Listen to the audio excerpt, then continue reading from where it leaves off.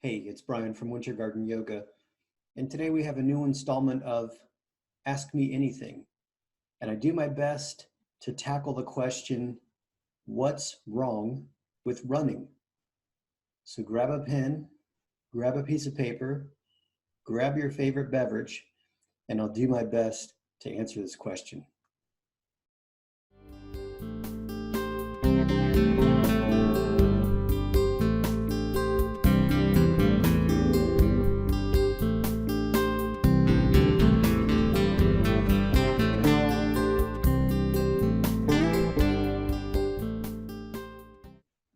Awesome. So before we get into it, let's rephrase the question. There's nothing wrong with running. That's more of a moral issue, as in, is it wrong to steal? Is it wrong to lie? There's nothing wrong with running, but perhaps the question could be, what are the benefits of running? And is there anything out there that will get me the same or similar benefits with less risk? Okay, so let's break it down. All things being equal, let's assume that you are relatively lean, you have the right amount of mass on your frame, you're relatively fit, you have general physical preparedness, you've got good mobility, no tweaks, no hitches in your giddy up. Running could be beneficial for you. And it's not a mystery. You can do a Google search and look up the benefits of running, and you'll see it's good for cardiovascular health. It could help improve your mood. It can help improve bone density. It can help you control calories. There are tons of benefits to running. But the question is, can we get the same or similar benefits with lower risk? That's where I think we have to kind of open our minds a little bit. Now, first and foremost, if you enjoy running, run to your heart's content. Statistically, it'll be better for you to run versus just sitting on the couch and doing nothing. If you love running, run, enjoy yourself. I would recommend, however, if you're an avid runner, my unsolicited, non-medical advice is make sure you're balancing out your running routine with proper maintenance on your soft tissues. Make sure that your running is part of a complete health and wellness system. Because as you're doing your Google searches, you may find that find research on muscular imbalances. Runners typically run, and that's all they do.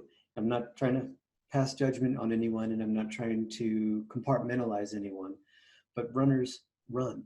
Runners don't necessarily strength train, even though they know strength training is good for them, for their upper body to balance out the opposing muscle groups. Running is it's quad dominant. It affects more or less the front muscles of your legs. So you can become stronger in your quads and less strong in your hamstrings. It can imbalance the structure of the musculature of your hips. So if you're an avid runner, great, but I would recommend get other activities into your routine. I've interviewed many strength coaches on our Winter Garden Yoga podcast, and you'll hear them say things like weightlifters should do yoga, yoga people should lift weights. The message is we've got to have a complete and well-balanced method of training. So for example, at Winter Garden Yoga, anyone who will listen to me, I'll share with them. I strength train. I'm the yoga studio owner, and I strength train. I strength train about 2 times a week, sometimes 3 times a week. I do yoga 2 times a week, 3 times a week. I walk. I choose to walk because walking can get you the same benefits as running, but there's less risk. From my experience, there's less wear and tear on feet, ankles, knees, hips, low backs, and shoulders. Now, that's anecdotal, but I've seen it.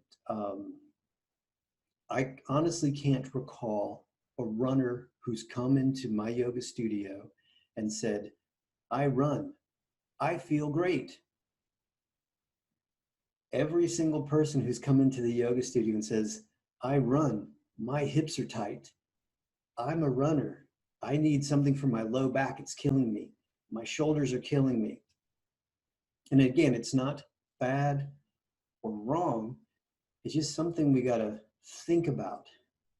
If you're an avid runner, run, but please balance it out with other activities. Make sure you're doing prehab work, mobility, maybe stretching, maybe strength training. Do your running, and then after your run, do follow-up stretching or strength training, things that are going to balance out all the muscle groups of your body so that you can run safely. So I may have gone off a little tangent, and I apologize. So we know running has got benefits, but can we get the same benefits in a different, safer way? Yes, walking. Walk. There's no real reason to run, save one, and I'll get to that in a second. The only reason why, let me take a step back. There's no real reason to run except if you enjoy running. There's no reason to run other than to maintain the skill of running. So what do I mean by that? You may want to run once in a while for short distances just to make sure you can run. It's a skill. You want to be able to run out of a burning building. You want to be able to run to someone's rescue. In my personal opinion, I don't think there's a need to run a 5K or a 10K or a half marathon or a marathon. There's no health and fitness reason to do that.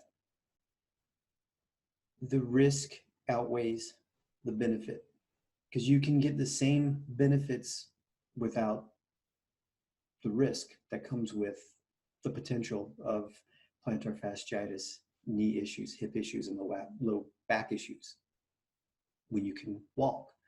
This is the same filter we use at Winter Garden Yoga for every choice we make, every yoga pose. We wonder to ourselves, what's the benefit? What's the risk? Is there a yoga pose where we can get the same benefit but lower risk? The answer is yes, we go with that pose. It may not be super flashy, it may not be super sexy, but you're going to get the same benefits as maybe a different Instagram-worthy yoga pose, but without the risk. So, what's wrong with running? Nothing is wrong with running. If you enjoy running, keep on running. I encourage you to do that. Enjoy yourself. It's better than sitting on the couch. If you run, I would strongly urge you as a yoga person, as a health and wellness person, to make sure you're offsetting it with other activities, whether it's foam rolling and stretching, whether it's strength training, whether it's yoga, whether it's a little bit of everything so you stay balanced. If you want the benefits of running, but lessen the risk of running, I would recommend walking. Just simple, regular old walking. You don't have to put dumbbells in your hands. You don't have to put on a weighted vest or anything. Just walk. Breathe in and out through your nose. Keep your cell phone on you for safety, but just don't use your cell phone. Just keep it on you in case you need it. And same thing, strength train safely. Do yoga regularly and stay balanced. Without going too far into another rabbit hole, you'll be surprised how cardio, strength training can be if we do it safely and if we do it properly. And that may be a topic with an upcoming interview I'm working on right now. I got to keep it on the DL because I haven't heard back from this person I want to interview specifically about that, about the cardiovascular benefits of proper strength training. And we'll get to that. Okay, so let me know what you think in the comments. Let me know if there's a question you'd like me to address. Let me know if this was helpful. And I look forward to hearing from you soon. Thanks.